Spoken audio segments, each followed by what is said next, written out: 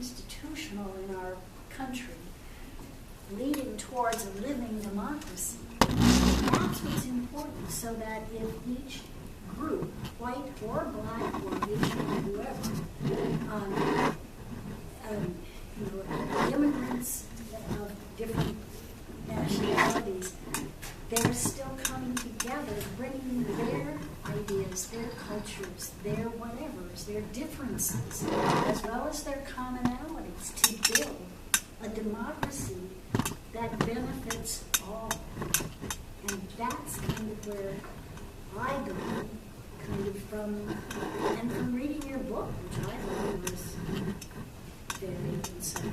It made me, I'll be real honest, I thought to myself, okay, now I know I have some prejudices. What are they? And I think, because I hadn't really thought about it the way you present. I mean, and Dr. Sullivan, she's right out there. And I sort of thought of myself as this white, sort of accepting lady, and politically I'm pretty liberal, but, just accepting of almost anything. And I thought, oh, I must have a lot of hidden things. And the more I thought about it, the more I realized, yeah, I do have some things where I'm in situations and I have an emotion or a gut reaction of something.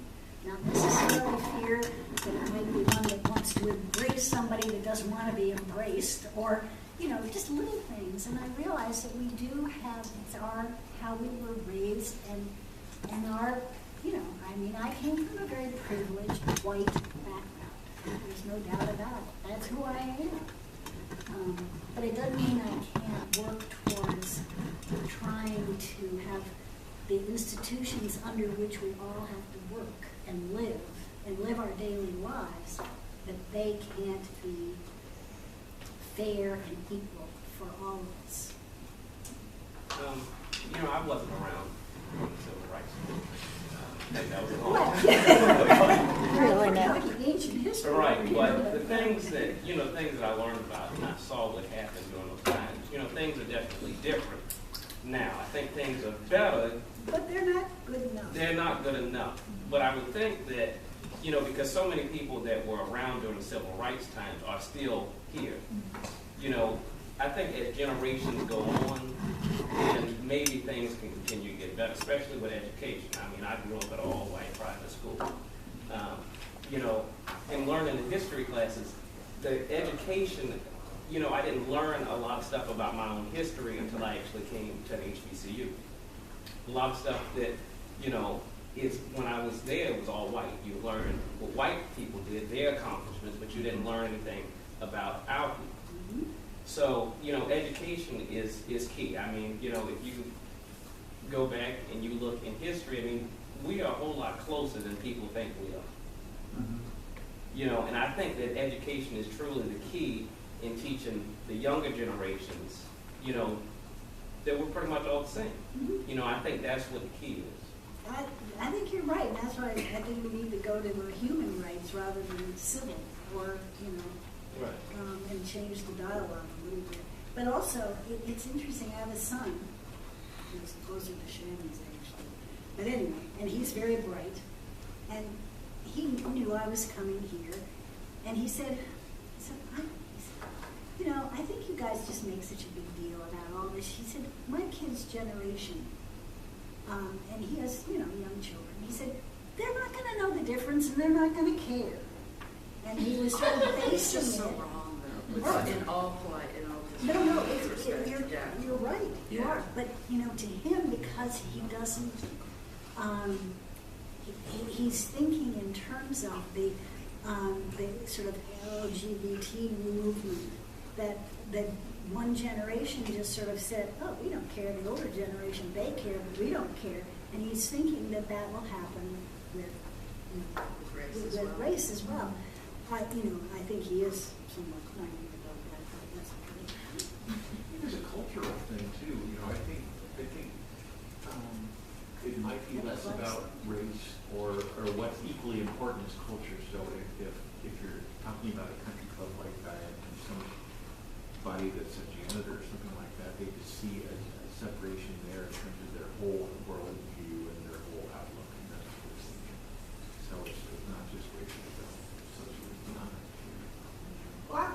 America's history in itself, racism is embedded in it.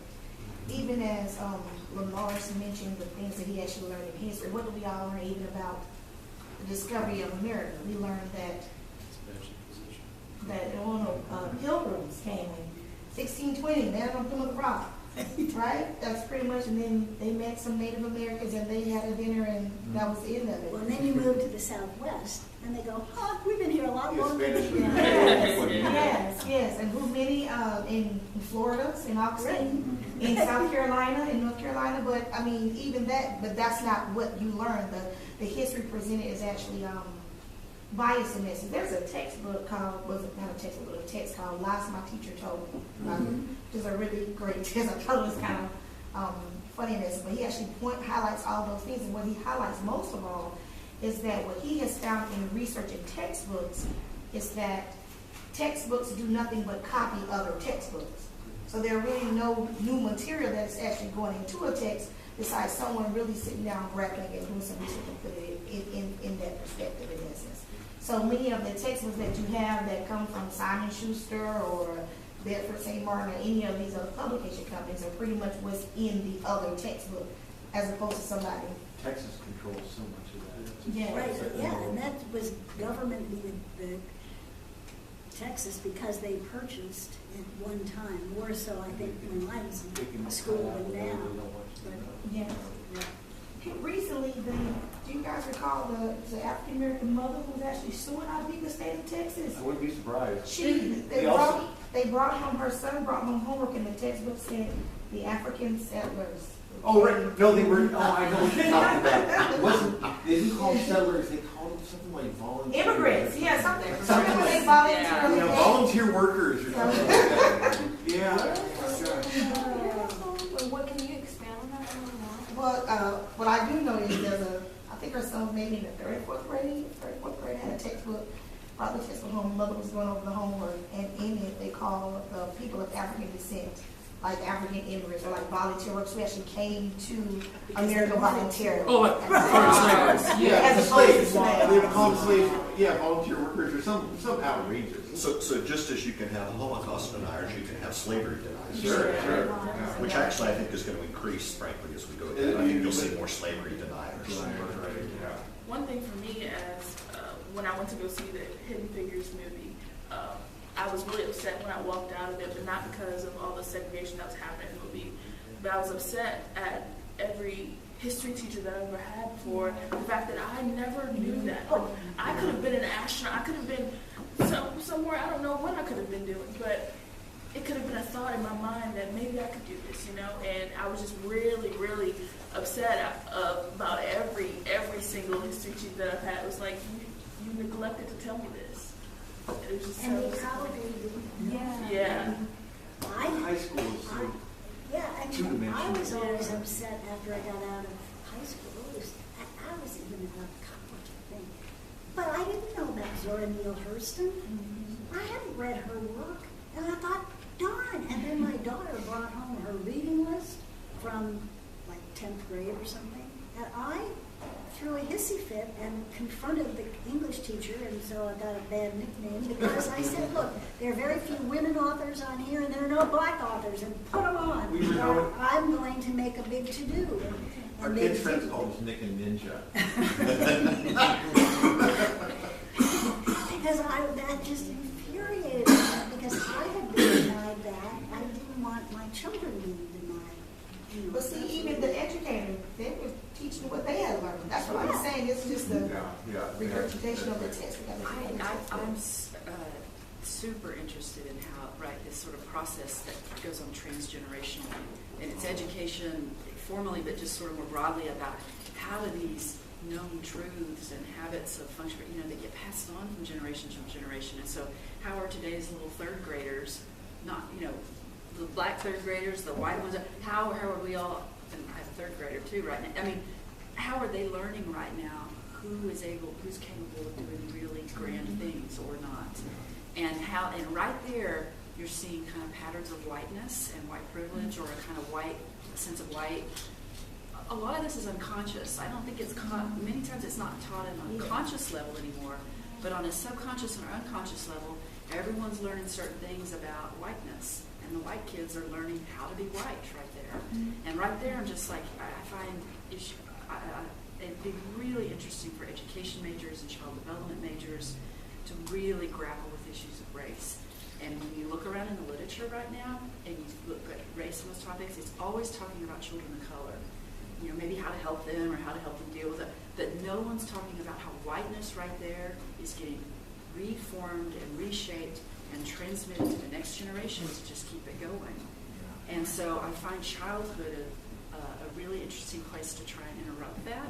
But then it gets back to these examples like, well, anyway, most of the examples are not very encouraging about is that it being interrupted, and not just for the African American or the kids of color, but for the white kids too to hear these anyway. And there's where you just see how there's where you see where all the political fights get going on about education, where it seems like we got what's on the reading list, and it's like education becomes one of the most powerful tools in a democracy in terms of how are all our habits being shaped in terms of how we think about these things. And those seeds getting planted really young. And then as the society becomes more polarized politically, then education becomes politically polarized. Sure. For that purpose too. But I need you to stop talking about whiteness. Yeah, Betsy DeVos. I didn't hear the other one. The fights that are going to start going on about education have only begun. It's only begun. The worry is, sorry. What's your name? Lenore's. He made a good point. He said he grew up in charter schools that were predominantly white. Well, the newest Secretary of State is all about cutting funding and cutting back on public schools. Right. That only channels more and more of how, well, we're a private school. We teach what we want. We teach what we think we're best. Public schools are more segregated today than they ever were in 1969 because of how urban development has gone, how racism has bleeded into the adults of that age. The fights over education are just going to get more and more intense. We are going to the other two. Yeah, y'all got. But man, we have a group photo. All of our